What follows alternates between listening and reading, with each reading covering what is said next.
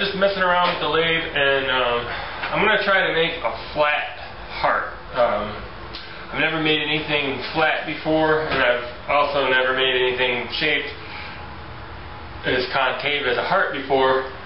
And I'm doing this because I'm going to make a lamp that has a heart in it, and I just want to experiment with the process.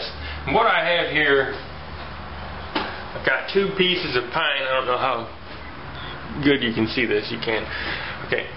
I have 2 pieces of pine here, and then I have a couple of 2x4s that I cut the size to match. It's glued in the center, and you can't see it too well, but I have paper right in between the pine boards and the 2x4 boards. But then the 2x4 boards are glued together without paper, so that they'll stay together. And we're going to put this on the lathe and turn it, and then separate the boards, and then glue the 2 outer boards together, and hopefully we'll have the shape of a heart. One thing I didn't mention, but I'm sure you probably noticed, this stock isn't square, it's rectangular. I don't know if I should turn it around, or, I mean, I guess I made it rectangular because I'm envisioning that it's going to be, you know, at least have a flat spot here. So what I'm going to do now is just turn off the corners and see how it looks before I put my heart pattern on here. I'm also going to try something else for the first time, and I already started working on this while I was away. And what I'm going to do is I'm going to try roughing this out with a skew. And what you see here is the surface that I got from the little bit of roughing out I got with the skew. I'm just going to hit it with this gouge so that you can see the difference.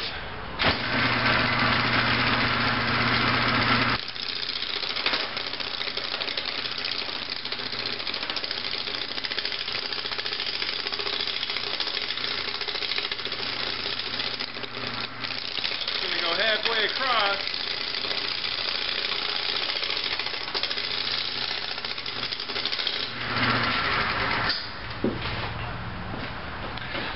You can see the areas where I gouged are way rougher, and it's kind of caught right there. And the cut is just not as nice as with the skew. Now, like I said, I'm trying this for the first time today, but I watched some other people's YouTube videos about roughing with a skew, and you put the skew on your tool rest and let it kind of hit the bevel, and then you just kind of slowly, you pull it back a little, and then you tip the skew into the wood, and then you kind of have it on this angle like this, and then the wood comes down and hits, and you see right there it's going to catch. So that's not the right angle. You want it to hit like right in here, or you could use this point, which is what I ended up doing, but I guess it's better if you try to get it to hit right there. So we'll see what we can make happen.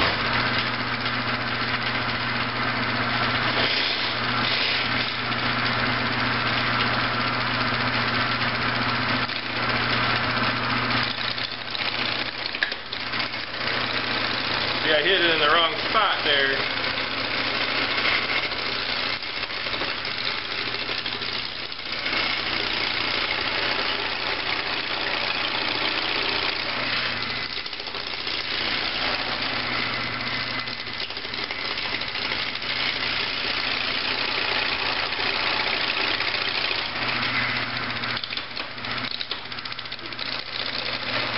Yeah, it takes a little practice, I can see.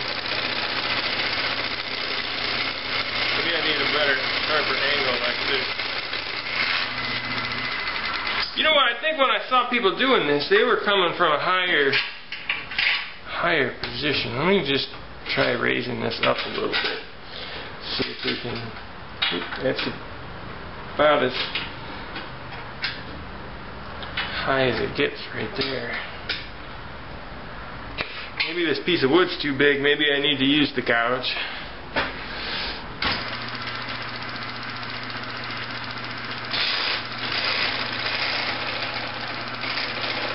Oh, and then the other thing is they said not to come too close to the edge over here facing that way. You gotta turn it. Yeah, you know what, I think I can't get the tool rest high enough. You're supposed to be able to come at it from up there. So I'm just going to switch back over to this gouge and finish rounding it off. I drew my heart pattern on here, and I think it probably would have been better to draw it before I rounded, but this is where I'm at.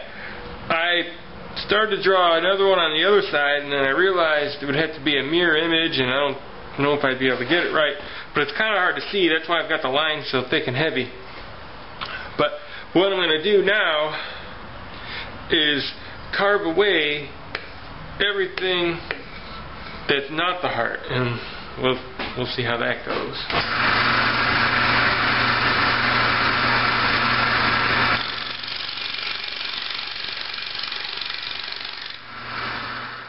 In looking at this, I drew the heart backwards, but I'm just going to ignore what I drew on there.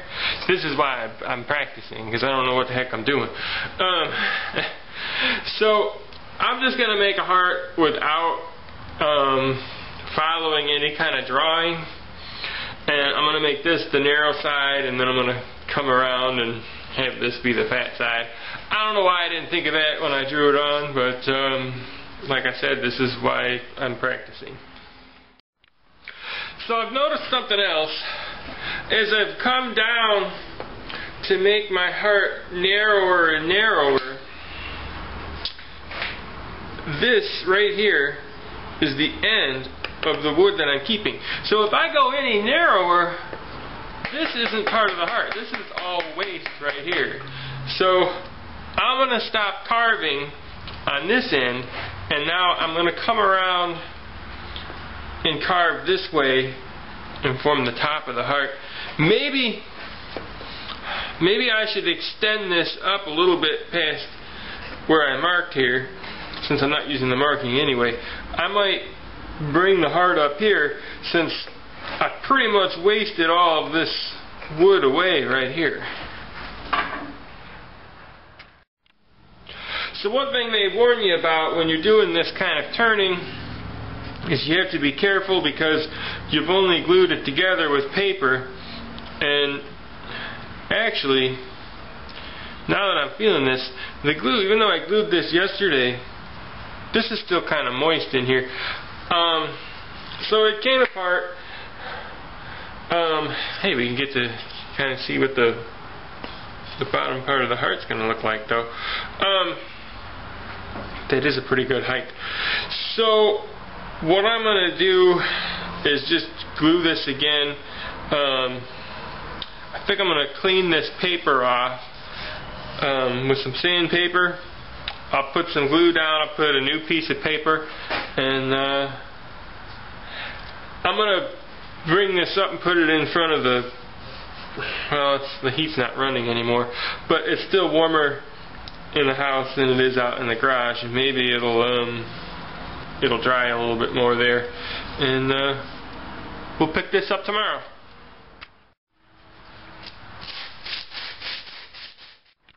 I noticed that this joint here with where the two 2x4s come together isn't quite perfectly flat, and that could have contributed a little bit to why it came off.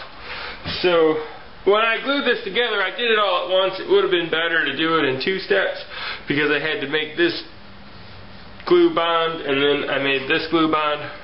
I thought I could do it all together, but maybe I should have done it in 2 steps.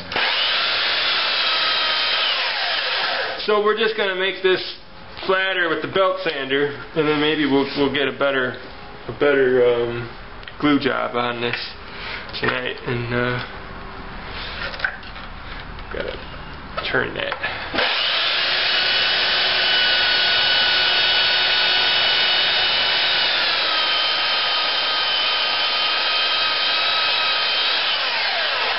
Yeah, see, that's getting a little better. You know, one thing too, when I watch videos about turning where you want to take the wood apart, nobody says how much glue to use. And actually most people don't use this kind of glue. They say you can do it this way, and then they use super glue or some other kind of glue. But this is the glue I have, so, and they say it'll work. That's how much glue I put on there. I don't know if that's what you're supposed to put, but I put the glue on, and then I'm just gonna, here, let me just slide that down. Here, I'll slide it this way. I'm gonna just tear this paper so that it kind of conforms. It tears a heck of a lot easier now that I have glue on it. I tried one a minute ago with the dry, and it didn't tear right. I ended up with the paper tearing from under. That's good right there. I'll just take that off and put some more glue on there.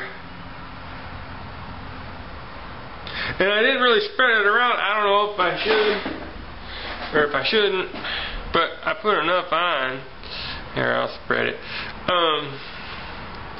Where most of the surface is covered, you do want it to come off, but you can tell when it separated, the paper ended up on both pieces, so I think the fibers of the paper itself actually separate. So, and I did clamp it when I glued it, and I think we'll just use one clamp today. And, I'm glad this is flat, because I wouldn't be able to clamp it if it wasn't. Or I would, but it wouldn't be as easy.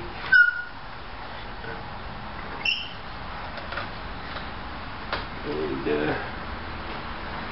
got a little gap on that side. I'm going to adjust the clamp, and then we'll let her sit till tomorrow. So I said I was going to adjust the clamp to get rid of this gap right here, and I thought I would just show you what I mean. One thing I like about these clamps like this is you can adjust, this is why I like to glue with them, you can adjust the pressure from front to back, and if you get a gap in one spot or the other, you can take that out. So to do this, what I'm going to do is I'm going to loosen the front, and I'm going to tighten the back until the gap is gone. Just keep loosen the front, tighten the back.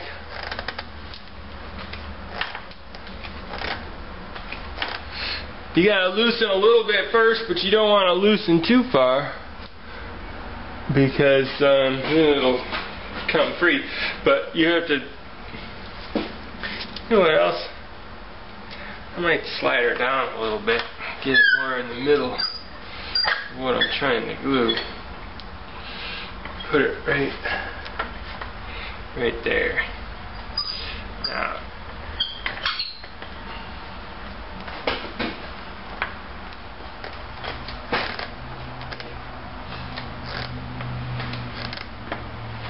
Now, the pressure is starting to come from that side, so I'm going to give it a good crank from the back and see what happens.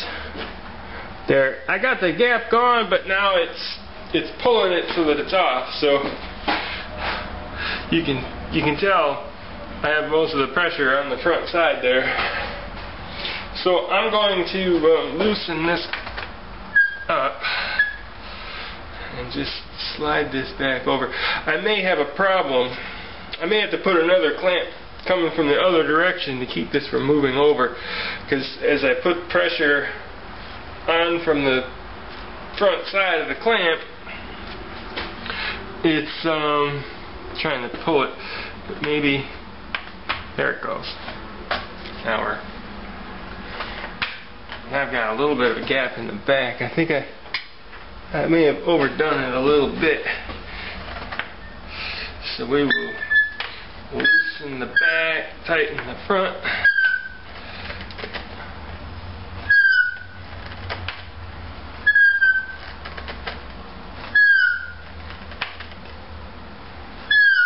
This is funny.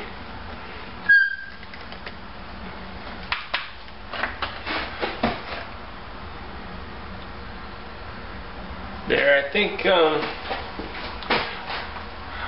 we've got a little, I think the little gap I have back here is where I got a little overzealous with the belt sander. That's gonna be the glue. I just hope that I don't think that little gap will cause any trouble. It's just right at the edge, but it could cause a catch. But I'm pretty much done turning at that point, so we'll call her good right there. When I had the camera over there pointed at the wood, you couldn't really see what I was doing with the hands. When you tighten the back, I don't know if you don't use these kind of clamps a whole lot, if you're mostly into the bar clamps. When you tighten this back screw, it opens this up, which pulls against this screw and pushes the front teeth, the front part of the clamp down. But you can tell if you open this up here and it gets bigger and bigger and this stays the same size, the front is going to be, it's going to bite down like that. Where if you tighten the front and leave the back alone, then it's going to tighten down like this, and the teeth, and it's going to grip back here instead of up here. But always when I'm done, whenever I've reached the position that I want it to be in, I always tighten from the back, because you get a lot more pressure off of this back screw than you get off of this front one.